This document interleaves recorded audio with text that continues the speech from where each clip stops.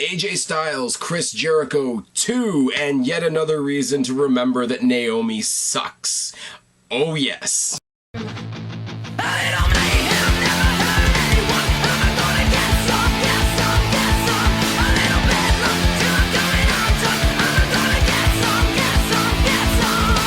What's going on, everybody? It's your buddy, it's your pal Spaz Phoenix, the YWC Reality Check here with your February 11th.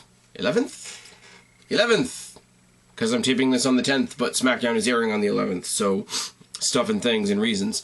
SmackDown review. Going into the show, we knew one thing and one thing only. We knew that we were getting Jericho Styles 2. Didn't think it was going to start the night, though, did we?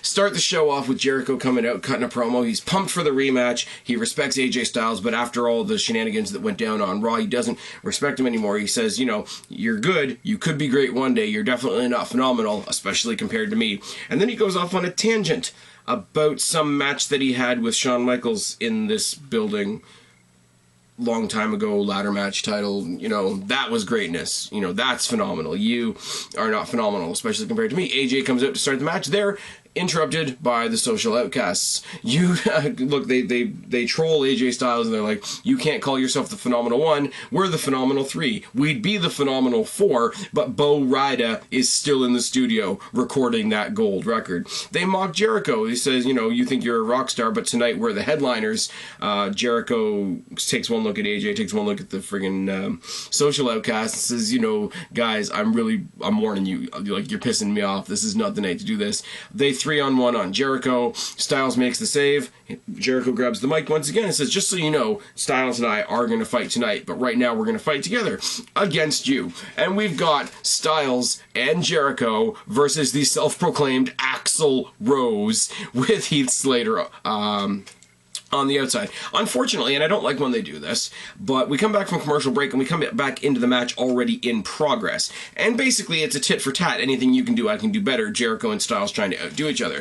Dropkick by Jericho on Axl, dropkick by Styles on Axl. Snapmare and a boot by Jericho, snapmare and a boot by Styles. Stalling vertical suplex by Jericho, snap vertical suplex by Styles, and a couple of chops. Chops by Jericho, chops by Styles and Jericho. Cheap shot and boots by Rose, and a cheap shot by Slater on the outside. Whoa, I can't read my own writing to save my life. 3 corner clotheslines by Rose and a neckbreaker by Axl. Axl rides a headlock but eats a Pele kick by Styles. Crazy kicks and punches by Styles. Double axe handle by Jericho. Lion salt, springboard flying forearm by Styles, and Jericho and Styles get the obvious win. But this match was fun. It was alright. The Social Outcasts did what they're there to do. As they're celebrating their win, Jericho hits a codebreaker on Styles, to which the crowd chant one more time, which makes me smile. Which means, you know, the hate for Jericho is not universal just yet. Very, very brief promo by the Dudley Boys. The thing that I find most entertaining about this is that they came out in regular clothes, and Bubba Ray looked an awful lot like Bully Ray. There's not much to this, really. They bashed Daniel Bryan. Everybody's been talking about Daniel Bryan since Monday, when Monday was our night. Bashing Daniel Bryan is going to be the easiest way to get heel heat from now until forever, is it not? When we came back here, we thought that we feel like you guys thought we were just a nostalgia act. You forgot that we were legends. You forgot that we were the baddest tag team in the business, the record, whatever, time champions or whatever. We are legends.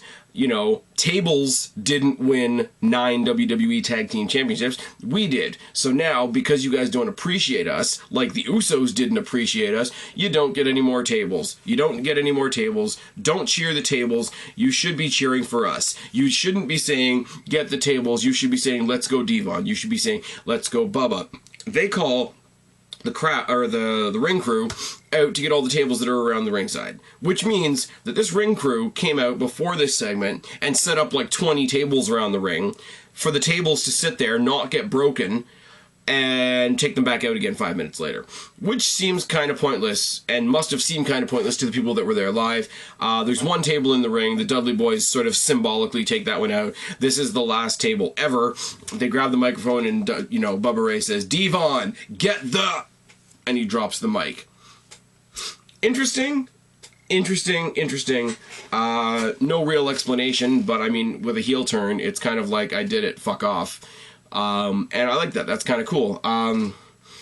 means we're going to get the Usos versus the Dudleys at some point. We probably will get it at Fastlane. And then one of those teams will go for the tag team titles at WrestleMania. People are saying the Usos versus New Day one more time with The Rock in their corner, which I don't agree with at all. Got to have The Rock versus Triple H, except we can't because he's got the title, so he's going to face Roman Reigns, and The Rock's going to be in his corner. Samoan domination in the WWE. Oh, and fuck yes. But, means we're going to get something good at some point. I don't know. I like the Dudley Boys as heels, obviously. I really love the idea and the rumor that we heard a while ago on the dirt sheets that Bubba Ray was going to be able to go closer to his Bully Ray character. They didn't come out in the typical trademark camo with the glasses with no lenses and all that sort of thing. So if that's the end of that, it's not going to hurt my feelings at all. But at the same time, they're not exactly going to come out in tights, are they? Sasha Banks versus Naomi with Tamina in her corner, Becky Lynch on commentary. They're selling the tag team match at the pay-per-view, which is fine. Okay, so heard enough about how I'm a racist fuck because I don't like Naomi. I've heard a bunch where I just deny Naomi's greatness and I have to like her, or I'm a bad person, or I'm a hater, or whatever. So I really said to myself when watching this match, no joke, guys, no, you know, hand on heart, that I would give Naomi a chance in this match. So we start off with boots and slaps by Naomi, because boots and slaps are hard. Reverse takedown and mounted punches by Sasha. Naomi eats 2 turnbuckles. Top rope split choke and a snapmare by Sasha. Naomi punches, because punches are hard.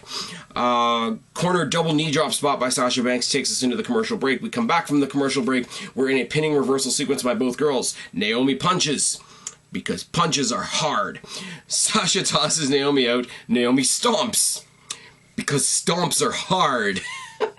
Naomi dances like an idiot, is the only way I can say this. She's supposed to be giving kicks to either side of Sasha, but clearly 101% of them are not making any contact, so she just looks like one of those stereotypical Russian kick, I don't know what they're called, the Russian guards that do the hoi, hoi, hoi. Anybody that knows the song Rasputin knows what I'm talking about.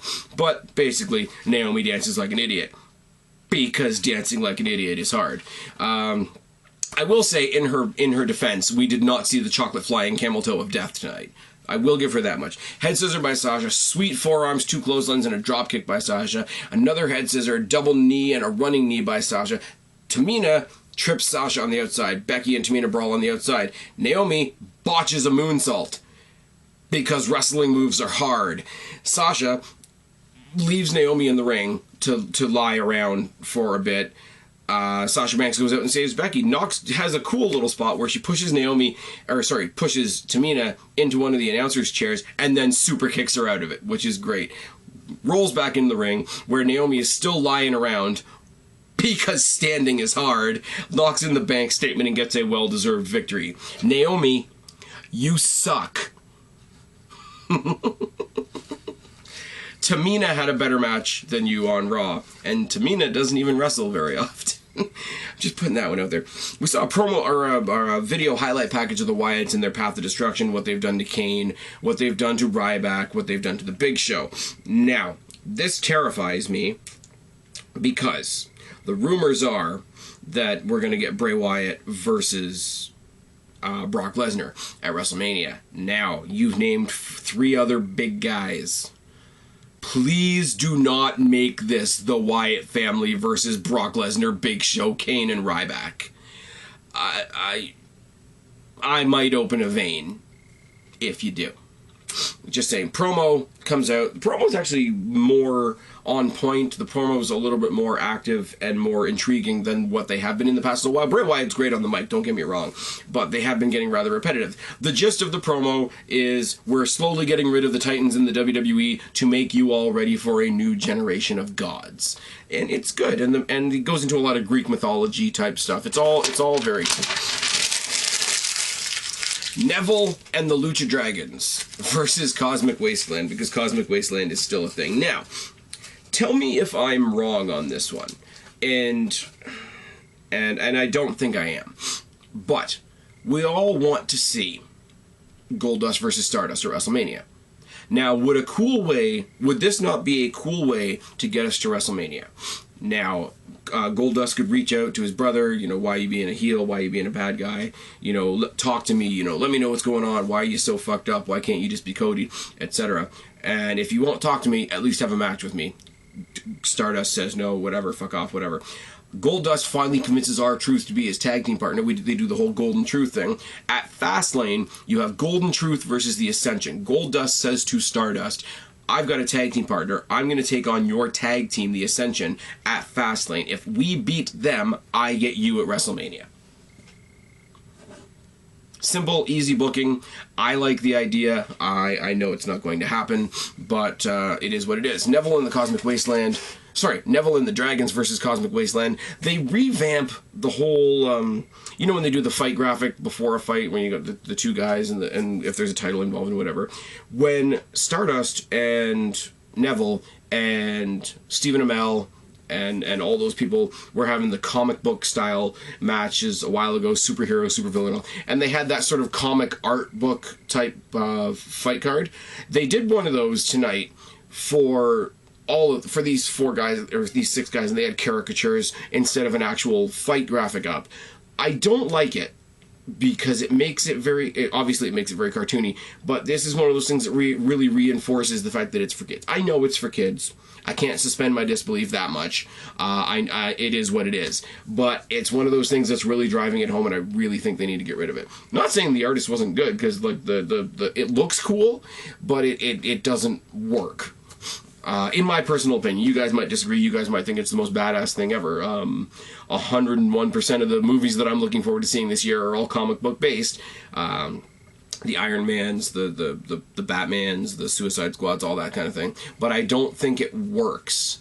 It worked with the Stephen Amell thing because he's the Arrow and all that. But I don't think it's something they need to do going forward at all. Triple cheap shot by the Wasteland on the babyfaces to start the match. Stardust and Neville boot to the gut by Stardust. Triple team in the corner by the heels. Knockdown by Connor, who rides a headlock. Jawbreaker by Neville. Boots to Connor. Enziguri by Neville. Kalisto gets the hot tag, and for the next couple of minutes, it becomes the Kalisto show with the pendulum kicks, the seated senton, the springboard corkscrew crossbody, the head scissor DDT. He dumps Victor out on the outside with an assist by Sin Cara and hits an alley-oop dropkick on Connor with the assistance of Sin Cara. I'm sorry, guys, my writing sucks. It's a thing. Double suicide dive to the outside on the Ascension by the Dragons. Handspring Enziguri by Kalisto, pendulum kick by Sin Cara, and then we get a Salida del Sol, a Swanton, and a Red Arrow to get the win for the babyfaces, Neville and the Dragons. It's a great match. This was cool. They had the 3 of them pose at the end of this, and I just can't help but think these 3 versus the New Day. These 3 versus the New Day, or these 3 and grab one more, like a Sami Zayn, against the Social Outcasts. And maybe that's just me. Maybe I'm all on my own on that one. Styles, Jericho 2. Now, if you had asked me at the beginning of this match, I would have guessed that The Miz was going to get involved. I would have guessed, no word of a lie, Miz gets involved in this match. There's an inconclusive finish. We get a triple threat match at Fastlane. Because I would sign on for that because I'm a fan of The Miz. And I think he's playing an intricate role in the Jericho-Styles rivalry. That could still happen. Didn't happen tonight. What we got instead was a great match, which is fantastic. And a conclusive finish, which we'll talk about in a second. Collar and elbow tie-up to start the match, and a shoving match to start the match. Snapmare and a headlock by Jericho. Dropkick, chops, and a snap suplex by Styles. Single leg by Jericho and a head scissor by Styles. Chops and stomps by Jericho. Stalling vertical suplex by Jericho. And chops. Jericho springboard drop kicks Styles off the apron. Now what happened there is what I wrote was Jericho springboards Styles off the apron. Forgot to include the word drop kick. That's kind of important. Jericho springboard drop kicks Styles off the apron as we go to commercial break. Jericho rides a headlock and hits him with a back elbow. Both men trade punches and chops. Forearm and mounted punches by AJ. Basement dropkick by Jericho and chops. Irish whip in a corner clothesline by Jericho. Double underhook backbreaker by Jericho is fucking pretty. Oh, yes. Jericho fails to lock in the walls of Jericho. Crazy punches and kicks by Styles. Enziguri by Jericho, and a kick in the side of the head, kind of reminiscent of the Randy Orton punt, but without the running factor. Jericho, off the top rope, is caught with a Styles dropkick, and both guys put their all into this spot, and it looked fantastic.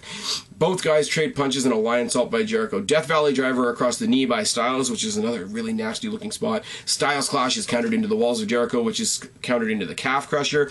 Now, they did this a little close to the ropes. I don't think AJ Styles locked in the Calf Crusher completely properly. I don't want to nitpick. It did look a little messy and a little uncomfortable, but it did the job for sure. And I'm not shitting on AJ Styles. One little nitpick on an otherwise great match is not going to ruin it, is it? Styles baseball slides Jericho out of the ring. He tries to hit the flying forearm. Or sorry, he does hit the flying forearm on the outside. Tries to hit the flying forearm on the inside. Jericho knocks the ropes out from under him. He gets hung by his gut on the top rope. Jericho hits a quick codebreaker to get a slightly fluky looking victory and lock up their series at 1-1.